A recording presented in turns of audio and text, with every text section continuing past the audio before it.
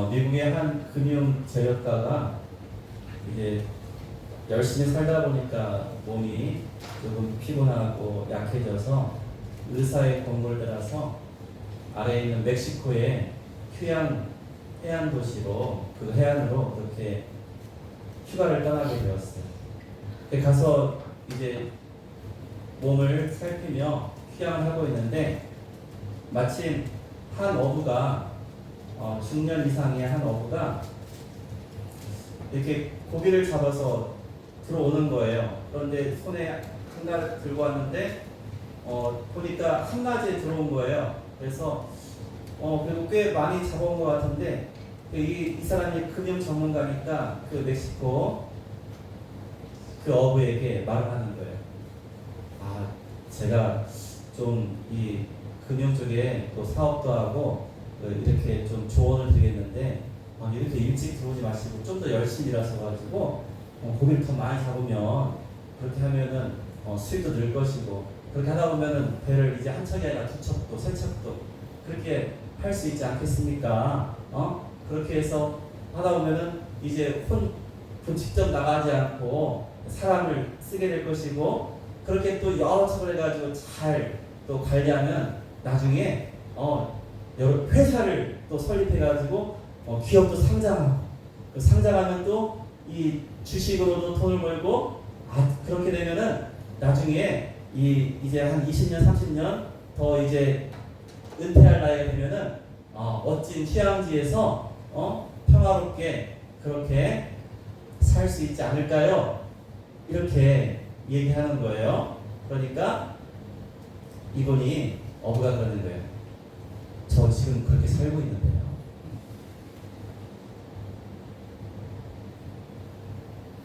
지금 그렇게 살고 있습니다.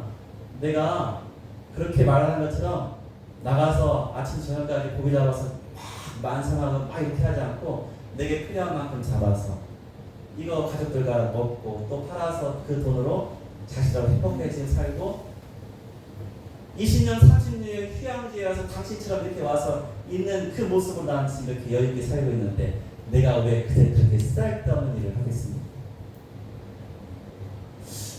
한번 생각해 보세요. 여러분 우리 사랑이 또 이 일대에 사는 여러분 아마 자녀들이 또는 여러분도 그랬을 거예요. 꿈을 안고 나갔다가 나중에는 이곳을 돌아오고 싶어서 안달이 나는 분들이 많아요. 그러니까 어떻게 보면은 하나님께서 우리 특별히 사랑의 교회 우리 형제 자매들에게 허락하신 이 모든 것이 어쩌면 귀할지도 몰라요. 제가 처음에 우리 사랑의 교회 올 때 그 도시에 있는 많은 이전에 알고 있던 그 집사님 또 장로님 이런 분들이 농담 반 진담 반으로 이렇게 해요. 나중에 내가 은퇴하면 저도 사랑의 교회 갈까요? 뭐 하겠다는 얘기예요? 시골로 내려오고 싶다는, 시골로 오고 싶다는. 그런데 우리 여기 앉아계신 분들은 지금 그렇게 살고 있습니다. 텃밭이라고 하면 텃밭이 아니야. 좀 너무 과하게 마세요. 우리 어르신들. 제가 보니까 농사 이상으로 짓는 분도 많은데요. 여유 있게 그러면서 그 안에서 하나님을 섬기고 사랑을 나누고 또 성기자매 가운데 그렇게 교제하는 얼마나 귀해요. 세상 사람들은요 많이 해서 그렇게 2, 3년 열심히 해서 그 다음에 뭐예요? 그 다음에 이 모습으로 그렇게 가는 거예요. 그러나 그런 가운데 뭐 하게 돼요? 몸도 지치고 마음도 지치고 그렇게 된다는 것을 이렇게 글을 보게 되었습니다.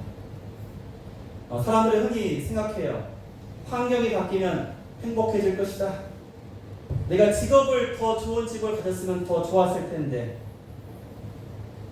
내가 더 높은 자리에 올라가면 내 인생이 더욱 빛날 텐데 라고 끊임없이 자기의 어떤 상황이나 위치를 바꾸려고 합니다.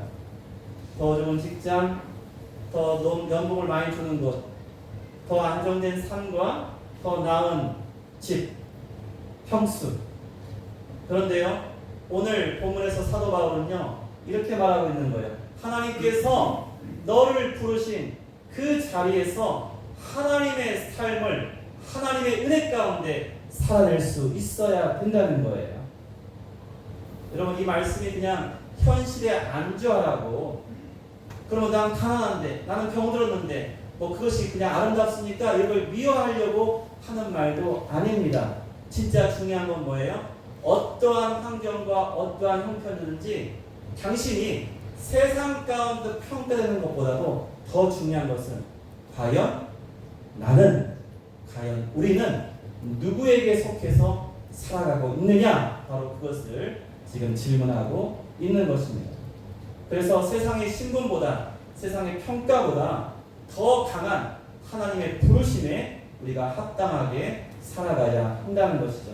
여러분, 고린도 교회는요, 대단히 큰 이 로마 제국에서 가장 활발한 상업 도시였고요. 철학과 쾌락과 또한 향락이 넘쳐났고, 그러므로 그러한 큰 도시는요, 빈부격차가 심했어요.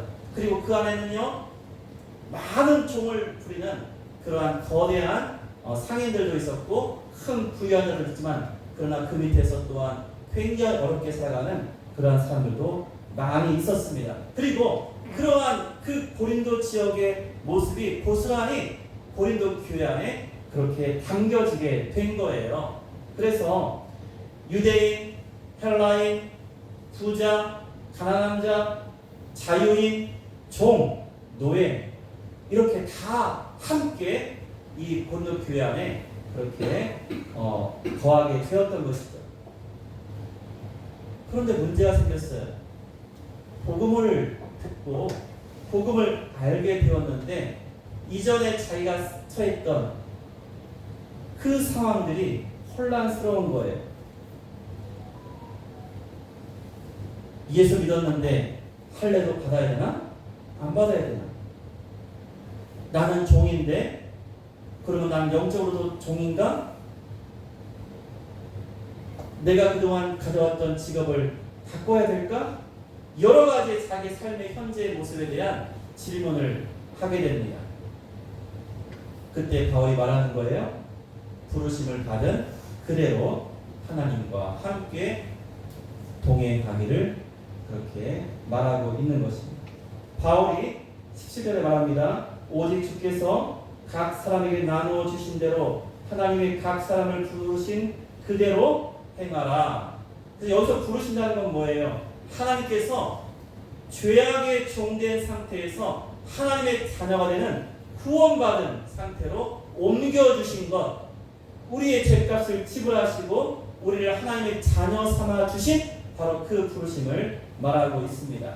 그래서 바울은요, 내 직업이 무엇이든 사회적인 위치가 어떠하든 먼저 그 자리에서 하나님께 속한 하나님의 자녀로 살아가라고 그렇게 말하는 것입니다. 그런데요, 이것이요, 너무나 민감한 거예요. 너무나 민감해요. 왜요? 그 안에는 누구도 있어요. 그냥 다 자유이면 좋겠는데 그렇지 않거든요. 굉장히 많은 종, 노예들이 있었던 거예요. 여러분, 이 서양의 종이나 노예는요, 우리 옛날 우리나라의 노비와는 또 다릅니다. 그 격이 달라요. 훨씬 더 비참한 생활을 한 경우가 많아요. 그리고 정말로 재산처럼 사고 팔고 했던 거예요. 그리고 법적 권리도요, 거의 없습니다. 그런데 바로 그 사회에, 또한 그 교회 안에 이 복음으로 인해서 엄청난 질문을 던지게 되는 거예요. 과연 노예도 종도 하나님의 자녀인가? 라는 질문. 그리고 내가 주인과 같이 한 교회를 섬길 수 있는가? 라고 그렇게 묻지 않을 수 없어요. 바로 그때 오늘 말씀을 통해서 바울이 놀라운 선언을 합니다. 주 안에서 부르심을 받은 종은 지금 사회적으로 신분적으로 종이라 할지라도 그러나 주께 속한 뭐라고요? 자유인이다. 주 안에서 당신은 종이 아닙니다. 비록 사회에서는 종이고 메인자이지만 하나님의 복음 안에서 당신은 주께 속한 자유인이라고 그렇게 선언하고 있는 거예요. 또한 반대로요. 그럼 자유인들은 그냥 또 자유인, 그것도 맞지요. 그런데 이렇게 말합니다. 당신 자유인들은 세상에서 자유인으로 있을 때 하나님께 부름받았습니다. 그리고 이제 주 안에 왔으니 이제 당신들은 주님의 종이 된 것입니다. 라고 그렇게 선언하고 있습니다. 사실 우리 모두는 그러므로 세상에서의 어떠한 상황과 신분과 처지에 상관없이 예수 안에서 자유한 자이고, 또한 세상에서 어떠한 형편이든지 예수 안에서 그리스도에 속한 종이 되는 것입니다.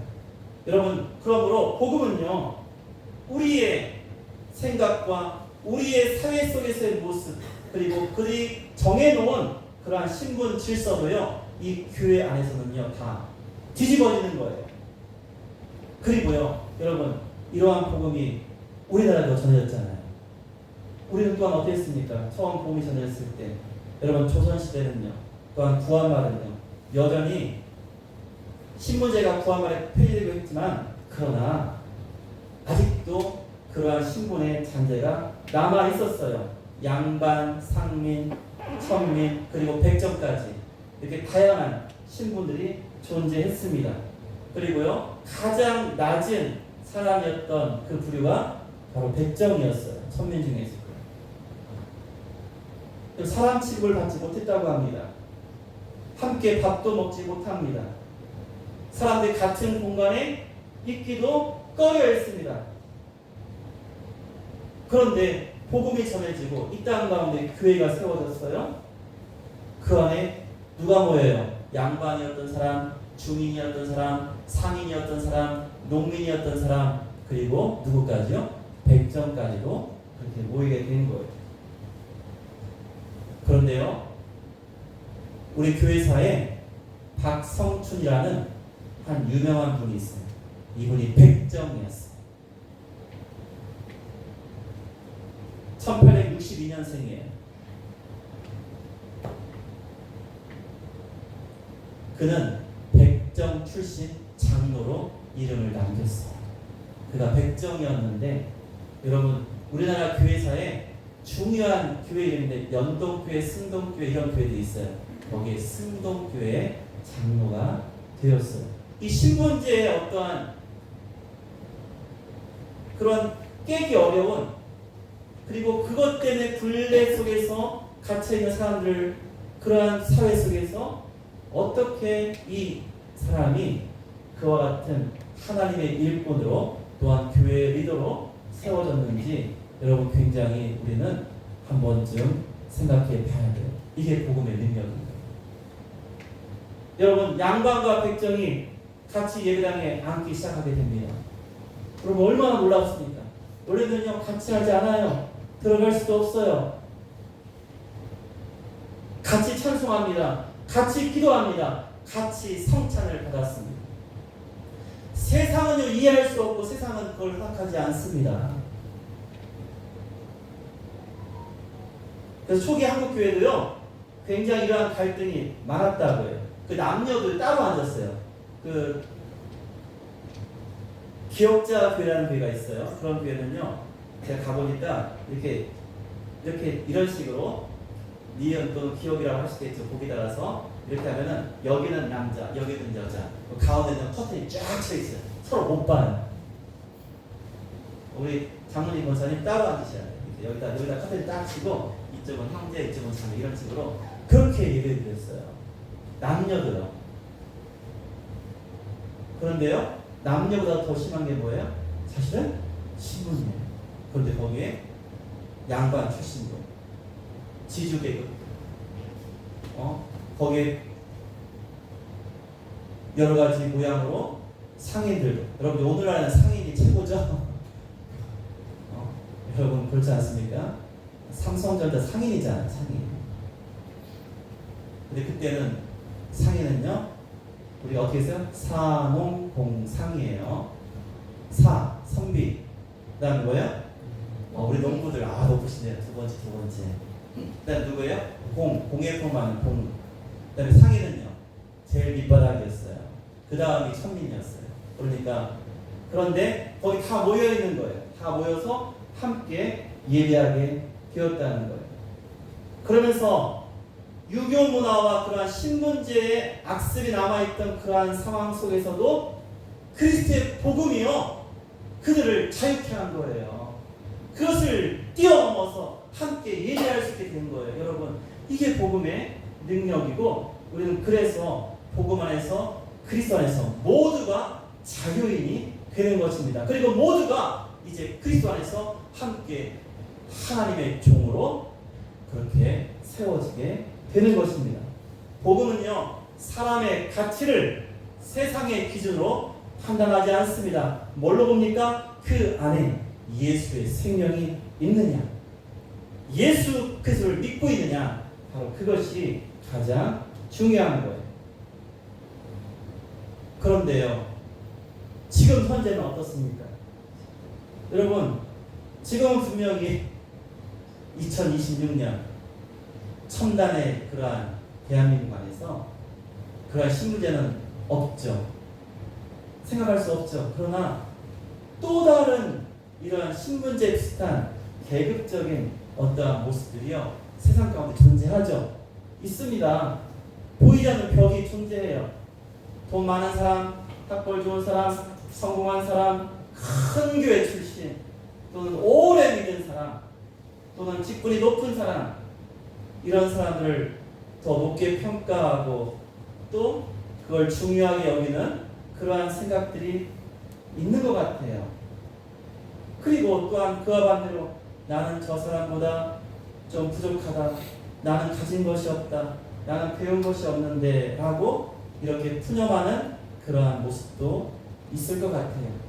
그런데요, 바로 오늘날 이 시간 우리에게도 바울은 말하는 거죠. 너희 가치는 세상의 기준이 아니라 하나님의 부르심에 있다.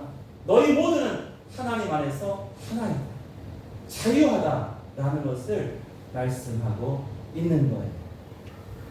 여러분, 여기에서 지금 우리가 읽은 것 중에 중요한 내용이 있습니다. 뭐가 있습니까? 우리가 함께 무엇을 합니까? 여러분, 이들이 함께 초대교회나 또한 이 땅에 복음이 전했을 때나 바로 오늘날 우리가 함께 행하는 것이 바로 성찬이에요. 성찬. 여러분, 성찬을 행할 때 부자는 떡 이만큼 주고 안고 한 그릇 하고 거기에 딸기도 올려주고 그런 거 먹습니까? 가난한 사람은 와가지고 아무것도 없고 안고 없는 찐빵 그거 먹습니까? 아니에요. 똑같은 떡을 먹습니다. 포도주의 잔을 세상에 이름 있는 자는 아주 고급 와인을 마십니까? 우리는 그냥 포도즙을 먹어요? 아니에요. 똑같은 포도주를 마십니다. 이것이 무엇일까요? 그리스도 안에서 누구나 그리스도의 성찬에 참여하는 것이 평등하듯이 이 안에 있는 우리 모두는 주 안에서 같은 자녀로서 자유인이고 주님의 은혜 가운데 머물 수 있다는 거예요. 여러분, 세상에 여러 가지 잘못된 모습을 우리가 그것을 우리 가운데서 인정하면 그것은 옳지 않은 것 같아요.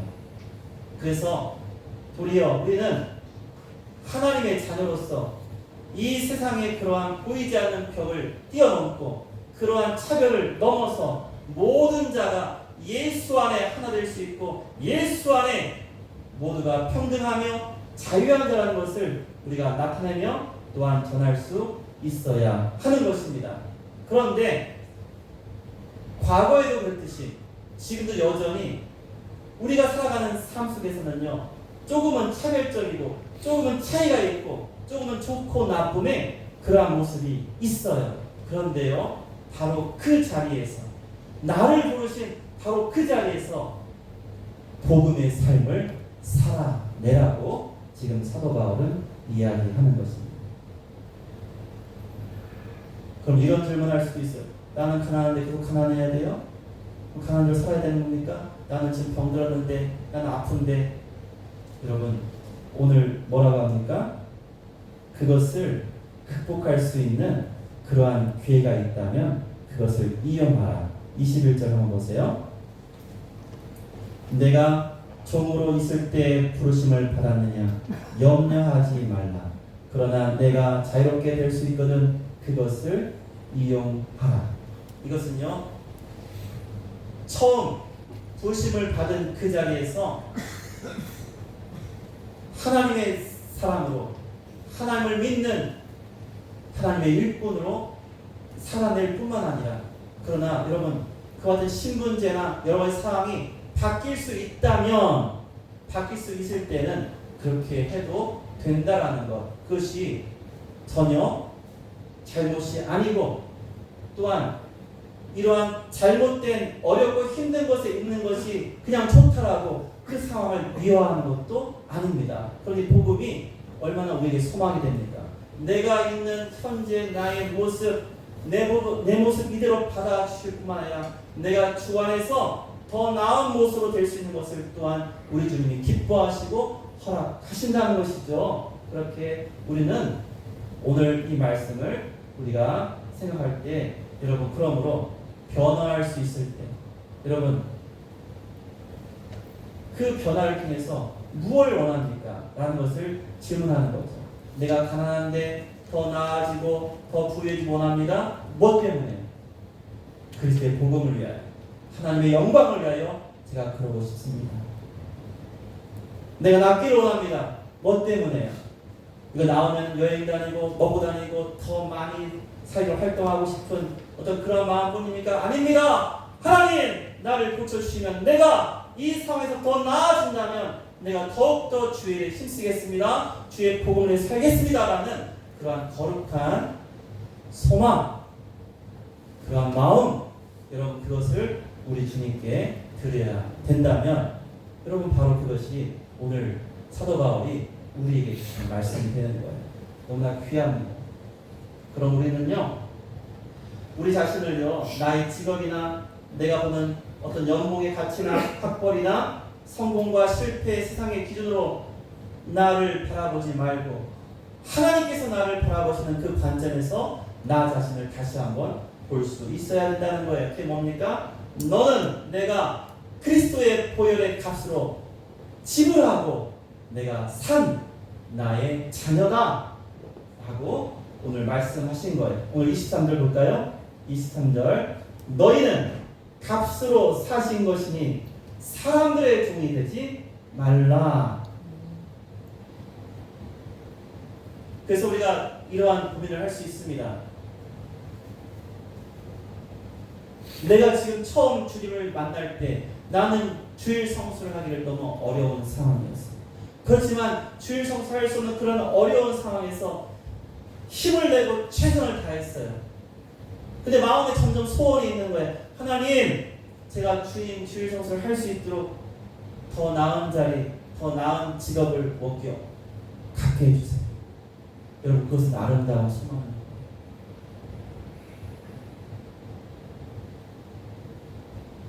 그런데 거꾸로 가는 사람이 있어요. 어떤 사람이에요? 부르실 때 분명히 주일 성수 잘할 수 있는 직업과 환경과 또한 그러한 가정 형편 또한 여러 가지 상황이었는데 점점 잘 되니까 너무 바빠져서 교회를 안 나와. 어떻게 됩니까? 너무 바빠서 주님 앞에 나올 수 없다면 여러분, 그것은 도리어 큰 불행이 될 거예요. 우리를 그리스도의 보혈로 핏값으로 사신 그 주님의 그 은혜가 우리 가운데 있다면 여러분, 우리의 선택이 어떠해야겠습니까? 여러분, 초기 한국교회가 세상을 몰라게 했던 이유가 바로 양반과 백정이 함께 예배드렸기 때문이었다고 해요.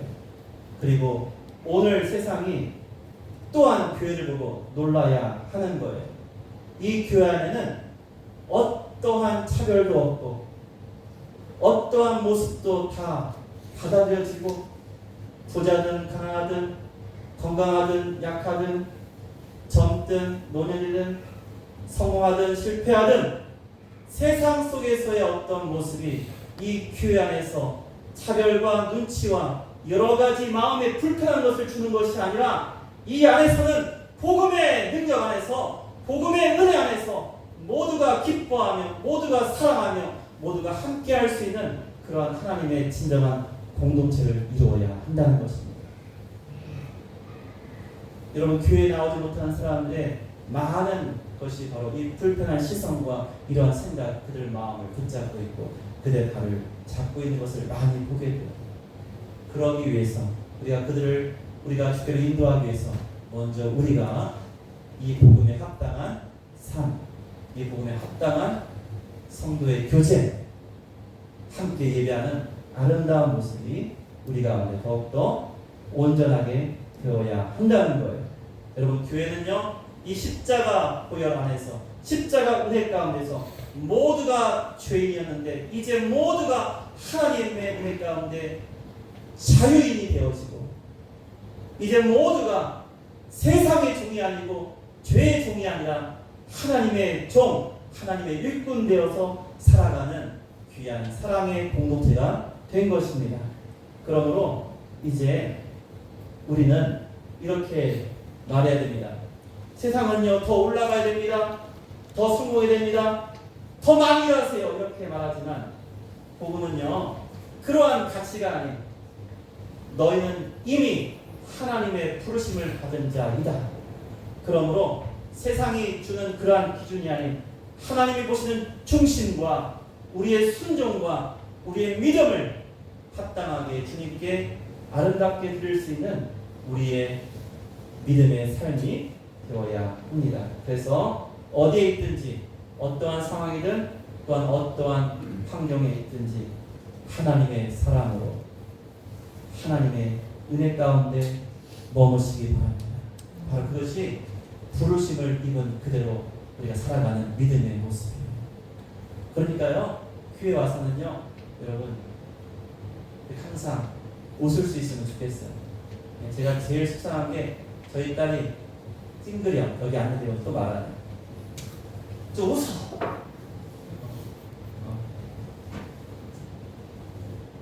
웃어야 돼요. 성도관에서 좀 웃으세요. 지금 웃는 분은 나는 본래 못 웃어요. 그런 사람이 어디 있어요? 웃어야 됩니다. 제가 아는 한 장로님이 사진관을 하세요. 근데 그분이 이렇게 말하는 거예요. 그분이 여러 가지 직업을 해서 보험 설계사도 해보고 이것저것 해봤는데 이제 사진관 하면서 제일 보람을 느낀대요. 왜냐하면 사진을 딱 찍으면서 김치, 치즈, 웃어야 하면 다 얻는다는 거야. 그래, 사람들이 웃게 하는구나. 미소 짓게 하는구나. 여러분, 우리의 모습, 우리의 말, 우리의 복음을 통해서 모두가 웃음 짓게, 모두가 밝게 그렇게 보이면 얼마나 좋을까요? 그러니 우리가 먼저 웃고 우리가 먼저 그 사랑을 나타내고 그러면요, 우리가 지금 나아가는 귀한 배신자와 또한 아직 주를 모르는 자들이 과연 저들은 왜 저렇게 웃을까? 왜 저렇게 미소 지을까? 왜 나에게 저런 예수 그리스도를 말할까? 여러분, 그것을 궁금하게 해야 하는 것입니다. 우리 고린도전서 7장 24절 말씀 함께 읽으며 말씀을 마무리하겠습니다. 24절입니다. 시작. 형제들아, 너희는 각각 부르심을 받은 이대로 하나님과 함께 거하라. 여러분, 지금 현재의 모습, 여러분 이것에 감사하시면서 하나님과 함께 거하시는, 하나님과 동행하시는 귀한 하나님의 사람들 다 되시기를 예수님의 이름으로 축원드립니다. 아멘.